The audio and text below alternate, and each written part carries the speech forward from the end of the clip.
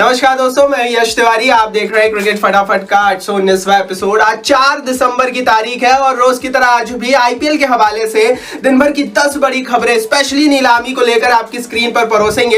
And तक video को देखिए, वीडियो को लाइक और शेयर जरूर कीजिए और चैनल को सब्सक्राइब नहीं किया है तो सब्सक्राइब का बटन नीचे फटाफट हिट कर दो और बेल आइकन दबाओ, क्योंकि तमाम रिपोर्ट्स और खबरें आईपीएल से जुड़ी हुई सबसे पहले आपको पता यही मिलती है। चलिए दोस्तों, शुरुआत करते हैं इस वीडियो की आज दिन भर की पहली बड़ी रिपोर्ट के हवाले से। तो ये रिपोर्ट आ रही है माइक हसी को लेकर। सीएसके के बैटिंग कोच है माइक हसी, बड़ी बातें कर रहे हैं, बड़ी बातें बोल रहे हैं। दरअसल सीएसके के बैटिंग कोच माइक हसी ने चेन्नई सुपर किंग्स के अगले कैप्टन का हिंट दे दिया है। बैटिंग कोच माइक हसी ने साफ कर दिया है कि Ruturaj Gaikwad is a young lad, will be the future captain. Gaikwad होंगे क्या चेन्नई के अगले कप्तान? इस सवाल का एक सीधा जवाब हमें यहां से सीएसके के बैटिंग कोच के हवाले से आता हुआ दिखा है, क्योंकि यह स्पष्ट रूप से बताता है कि चेन्नई सुपर किंग्स की टीम यहां से प्लान कर रही है दैट कि गायकवाड़ के ऊपर अब चेन्नई की बागडोर दी जाए। अब आप बताइए किसे होना चाहिए सीएसके का अगला कप्तान? कमेंट बॉक्स नीचे फटाफट लिखकर। चलिए दोस्तों, आगे बढ़ते हैं, दूसरी बड़ी खबर की बात करते हैं। तो लिस्ट आ गई, फाइनल लिस्ट आ गई, 991 खिलाड़ियों की लिस्ट आ गई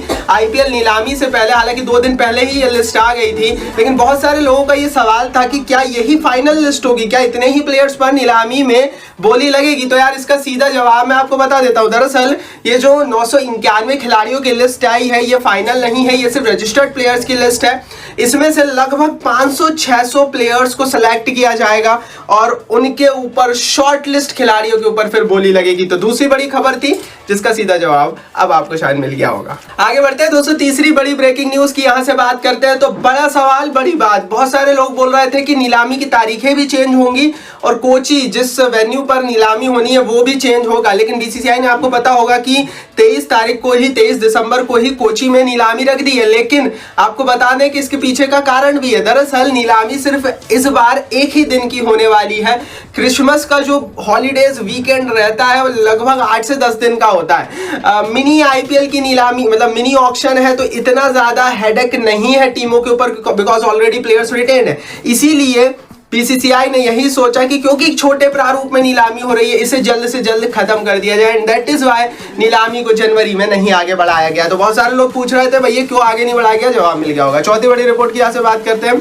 तो यार बीसीसीआई ने वुमेन्स सेलेक्टर्स को जो है वो इंस्ट्रक्ट कर दिया है। दरअसल वुमेन्स आईपीएल के लिए वुमेन्स सेलेक्टर्स जो है वो पूल क्रिएट करेंगी तमाम इंटरनेशनल वुमेन खिलाड़ियों का, जो कि नीलामी में बिकने आएंगी। दरअसल मसला ये है इस समय कि मेंस आईपीएल तो हमने देख लिया, मेंस आईपीएल के पीछे जो सिलेक्शन कमेटी मैनेजमेंट काम करता है वो पहले से ही बहुत अच्छी तरीके से ट्रेंड है। लेकिन वुमेन्स आईपीएल के लिए एक नया इंफ्रास्ट्रक्चर बीसीसीआई को खड़ा करना है और इस इंफ्रास्ट्रक्चर को बनाने के लिए वुमेन्स सेलेक्टर्स को इंस्ट्रक्ट बीसीसीआई ने कर दिया है। आगे बढ़ते हैं पांचवी बड़ी रिपोर्ट की, पांचवी बड़ी खबर की दोस्तों यहाँ से बात करते हैं। तो ब्रावो अब होंगे चेन्नई सुपर किंग्स के बॉलिंग कोच। हालांकि ये खबर पहले ही आ गई थी, लेकिन शायद आपको याद होगा कि आज से 8 दिन पहले एक वीडियो में मैंने आपसे कहा था कि ब्रावो नहीं बिकेंगे और इन्हें भी पोलार्ड की तरह कोच बन जाना चाहिए, और वैसा ही हुआ है। चेन्नई सुपर किंग्स के अगले bowling coach reportedly Dwayne Bravo रहने वाले हैं। ब्रावो ने अपना सीएसके के साथ नाता नहीं तोड़ा और बहुत सही फैसला था ये, क्योंकि नीलामी में ये बिकने वाले नहीं थे, जो हमारे पास रिपोर्ट थी।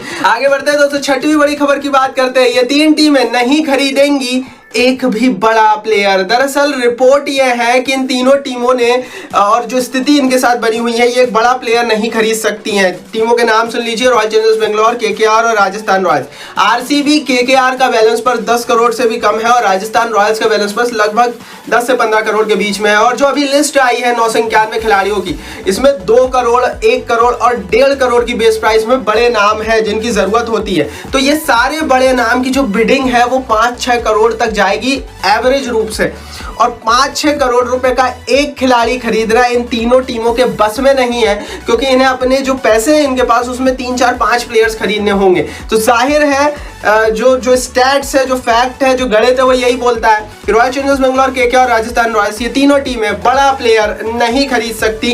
ये खरीदेंगी तो ये छोटे ही प्लेयर खरीद पाएंगी, 2-3 करोड़ वाले ही प्लेयर्स खरीद पाएंगी। अब कमेंट बॉक्स में आप बता दो भाई, आपके हिसाब से आप क्या सोचते हैं कि इन प्लेयर्स को जो बैलेंस पर्स है उसको बढ़ाने के लिए क्या कोई नियम आना चाहिए। आगे बढ़ते हैं, सातवीं बड़ी खबर की दोस्तों बात करते हैं। एक नया नियम आ गया है और इस बार के आईपीएल 2023 में इस नियम का इस्तेमाल किया जाएगा। टैक्टिकल सब्स्टिट्यूशन का नियम आईपीएल 2023 में इस्तेमाल होने वाला है। ये नियम क्या है ये समझ लीजिए। दरअसल टैक्टिकल सब्स्टिट्यूशन में होता यह है कि जो मैच के दौरान अगर कोई खिलाड़ी को अगर कप्तान चाहे कि यार ये अच्छा नहीं खेल रहा, तो आप उसको बाहर कर एक दूसरा प्लेयर उसकी जगह उतार सकते हो। जिस तरह से फुटबॉल में वो जो सब्स्टिट्यूट प्लेयर है वो मेन प्लेयर की भूमिका निभा सकता है, उसी तरह से आईपीएल में भी इस बार से जो बाहर बैठा हुआ एक 12वां खिलाड़ी होगा वो सब्स्टिट्यूट होकर मेन प्लेयर बन जाएगा। मैं इसका उदाहरण देता हूं। मान लीजिए चेन्नई सुपर किंग्स की टीम या फिर आप मान लीजिए मुंबई इंडियंस की टीम बॉलिंग कर रही है, तो उस समय इन्हें एक एक्स्ट्रा बॉलर की जरूरत है और ऐसी स्थिति में वो सब्स्टिट्यूशन के जरिए एक एक्स्ट्रा बॉलर बुला सकते हैं। अब आप बताइए ये नियम आपको कैसा लगा। आगे बढ़ते हैं दोस्तों, आठवीं बड़ी खबर की बात करते हैं। तो यार स्टीव स्मिथ और मार्नस लबुस्चागे ने नाम नहीं दिए थे और इन दोनों ही बड़े नामों का ऑस्ट्रेलिया की ऑक्शन लिस्ट से बाहर होना बहुत बड़े संकेत देता है। बट एशेस की तैयारी कर रहे हैं। इन दोनों ने साफ कर दिया है कि उन्हें आईपीएल से किसी तरह का कोई गुरेज नहीं है और भारत आने में भी उन्हें किसी तरह की कोई तकलीफ नहीं है।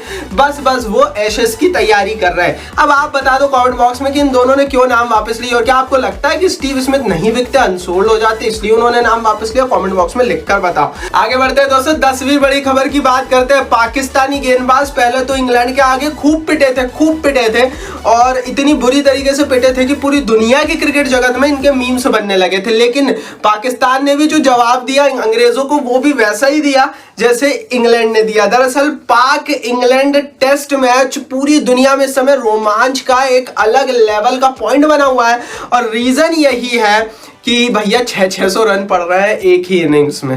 अब आप ही सोच लो ऐसे टेस्ट मैच होगा तो कितने दिन तक कैसे चलेगा। यदि दिन भर की 10 बड़ी खबर कमेंट बॉक्स में जरूर बताइए कौन सी खबर अच्छी लगी कौन सी नहीं, क्यों यूट्यूब ने कमेंट बॉक्स आपके लिए दिया। कमेंट जरूर कीजिए, वीडियो को लाइक और शेयर जरूर कीजिए, चैनल को यहाँ कहीं नीचे से सब्सक्राइब करके बेल आइकन दबाइए।